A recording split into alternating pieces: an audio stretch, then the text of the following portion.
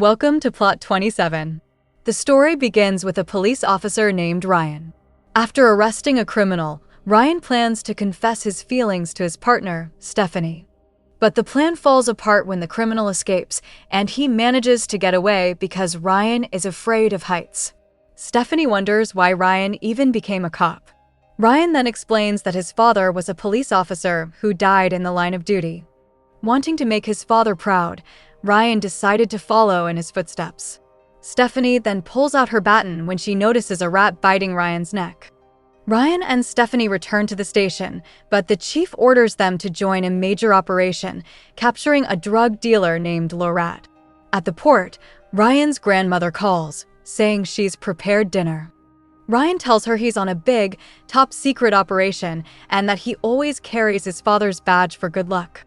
The chief warns everyone to get ready because Lorat has arrived. The chief tells his team not to move and to wait for the exchange, but Ryan suddenly greets Lorat, who turns out to be his neighbor. Ryan tells Lorat to leave because there's a major operation happening. Lorat's car breaks down as he tries to leave, and Ryan actually helps push the car, causing the entire operation to fail. The next day, Ryan becomes the laughingstock of the station. He apologizes to the chief and promises to catch Lorat. The chief says he saved Ryan only out of respect for his late father and that he has brought in 2 narcotics officers, Tony and Pierre, to handle the case instead. Not wanting Ryan to mess anything up again, the chief sends him to buy pizza and visit a doctor. Dr. Duden examines the rat bite on Ryan's neck. He says it's infected and proceeds to pop the abscess. When Ryan gets home, he's shocked to find his ex-wife Linda in his room, but he doesn't have the heart to kick her out. Meanwhile, Stephanie and the others arrive at Lorat's home, but since no one answers, Tony and Pierre break down the door, accidentally slamming it right into Lorat's mother. Tony and Pierre find 3 kilos of cocaine and a notebook. As Ryan leaves for work, he runs into Lorat, who owns a kebab restaurant, actually a front for money laundering. Lorat thinks Ryan intentionally saved him the previous night and asks him to retrieve his notebook. After running a blood test, Dr. Duden tells Ryan he has leptospirosis, a rare disease carried by rats. Since Ryan is already in the final stage, the doctor says he only has about 30 days left to live. At home, furious and heartbroken, Ryan throws Linda's belongings out. The once awkward Ryan suddenly transforms into a tough guy. He challenges a group of young men who often make fun of him to a race. Ryan then meets Lorat and agrees to retrieve the notebook the police took. He tosses away his uniform, determined to enjoy his remaining days. Ryan tells his grandmother he's going on vacation and gives her money he got from Lorat. Linda secretly watches them and later takes his grandmother shopping. Ryan goes to Las Vegas to have fun and records a farewell video. But it turns out Dr. didn't misread the test results because Ryan is completely healthy. Police officers arrive to arrest Dr. Duden for fraud and malpractice. Lorat is furious after learning Ryan tricked him, and it turns out he was also the one responsible for Ryan's father's death. Upon hearing this, Ryan rushes back to France. With his new appearance, he returns to the police force and asks the chief to assign him to the Lorat case. Chaos erupts when a criminal takes Tony hostage. Pierre tells the criminal to release Tony and take Stephanie instead, but Ryan steps forward and accidentally shoots the ceiling, saving Tony. Impressed, the chief finally assigns the case to Ryan and orders him to work with Stephanie, Tony, and Pierre. Ryan and Stephanie celebrate, but Tony does not. Ryan is shocked to see his grandmother live streaming under Linda's guidance. After reviewing Lorat's notebook, the team takes the chief's car for their investigation. They inspect a suspicious vehicle, only to find Pierre's mother inside. Then the 4 enter a circus and suspect a clown. Tony talks to the clown and pretends to buy cocaine, but things fall apart when the clown notices Tony's gun.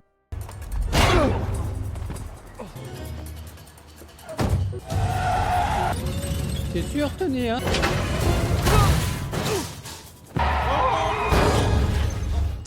Ryan interrogates the terrified clown, who reveals a shipment under the name Camila. Suddenly, Ryan gets a cramp and the clown collapses onto Pierre's mother's car. Tony and Pierre take the clown to a hospital, while Ryan and Stephanie go to meet Camila. Linda is determined to make Ryan's grandmother famous and has her perform with a rapper filming a music video. Tony tells Pierre to stay with the clown, while he disguises himself as a patient. Tony then took a stretcher belonging to one of the patients, but two nurses suddenly opened the door and made him faint. Ryan and Stephanie see two of Lorat's men enter Camila's room. Ryan tells Stephanie to try the door while he climbs through the air vents. They eventually get inside and save Camila, but only briefly. Stephanie fights the two men and defeats them, then sees Ryan survived by falling onto the chief's car. Camila reveals that a private Mexican plane is carrying a major shipment. Pierre is shocked to see Tony coming out of an operating room, not realizing Lorat, disguised as a doctor, has snuck into the clown's room. Tony rushes in, but discovers he has just undergone breast implant surgery. Tony and Pierre chase Lorat, but must fight his henchmen. Tony uses his martial arts skills, at least in theory. Ryan and Stephanie hurry to the airport because the plane lands in 20 minutes. Tony finds a lighter and plans to burn the rope binding them. They reach for it, but Tony sits on a nail. After freeing themselves, Pierre panics because Tony catches fire. Pierre saves him, but in his excitement knocks Tony unconscious again. Firefighters arrive and tell Pierre to drop Tony. After Tony lands safely, Pierre jumps too, sending Tony flying back into the burning building. Ryan and Stephanie arrive at the airport, but their tire is flat. They see men unloading items from a plane. Ryan tells Stephanie to follow them in their car while he hitches a ride underneath the criminal's vehicle. While clinging under the car, a hedgehog suddenly crosses the road. The criminals head to the Mexican embassy, and Stephanie is shocked to find the car owner's baby in the back seat. After taking down a guard, Ryan is surprised to see Stephanie holding the baby. He tells her to hand the baby to him, but the baby gets stuck in the gate. The hedgehog walked and stepped on the fence remote, but luckily the baby survived. Ryan and Stephanie continue the investigation, while Tony and Pierre arrive at the embassy. The criminals are smuggling cocaine disguised as masks. Tony accuses Ryan of working with Lorat, but they hide when a criminal enters. The baby cries, and Tony ends up breastfeeding it. The criminal captures them, but Pierre knocks him out. Since there's a party inside the building, the team disguises themselves. Tony places the baby inside a giant ball because their mission is too dangerous. A man orders Tony and Pierre to begin their performance since the guests have arrived. They start singing to entertain the crowd, and Stephanie becomes an impromptu dancer until we learn it was all just the imagination. After their disastrous musical act, it's Ryan's turn to entertain the guests. Panicked, he faces a muscular wrestler who beats him senseless. Tony spots kids playing with the giant ball and runs to retrieve it since the baby is inside, but Pierre kicks it away, yelling that he's about to score a goal. The baby's mother arrives, but the baby has already escaped from the ball. The chief is furious at the chaos Ryan and his team caused, and Tony suddenly blames Ryan. Hearing this, the chief fires Ryan. Lorat has kidnapped Ryan's grandmother and threatens to kill her unless Ryan hands over the notebook. Ryan rushes to the station and crosses between buildings to avoid the guards. Dr. Duden, recently released, calls to apologize for his mistake. Ryan says he's grateful because the mistake changed his life.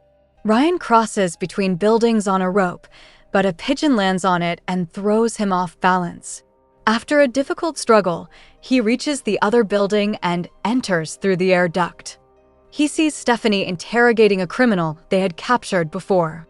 The man says Stephanie once arrested him with a police officer who loved her. Ryan finds Lorat's notebook in a room. As he tries to retrieve it, his hand gets stuck. He finally frees it, but Tony and the others arrive. Seeing Ryan grab the notebook, Tony tells the chief his suspicions were true. Ryan shuts off the lights and tries to escape, but the window is locked. Stephanie secretly turns off the lights again, allowing Ryan to escape. Ryan hands over Lorat's notebook while Tony and the others wait outside the restaurant. Ryan secretly records Laurent's conversation, but a waiter accidentally lifts the tablecloth. Furious, Laurent shoots Ryan. Stephanie and the others rush inside and help Ryan. Thinking he's dying, Ryan asks Stephanie to take care of his grandmother, but Stephanie says the bullet never hit him.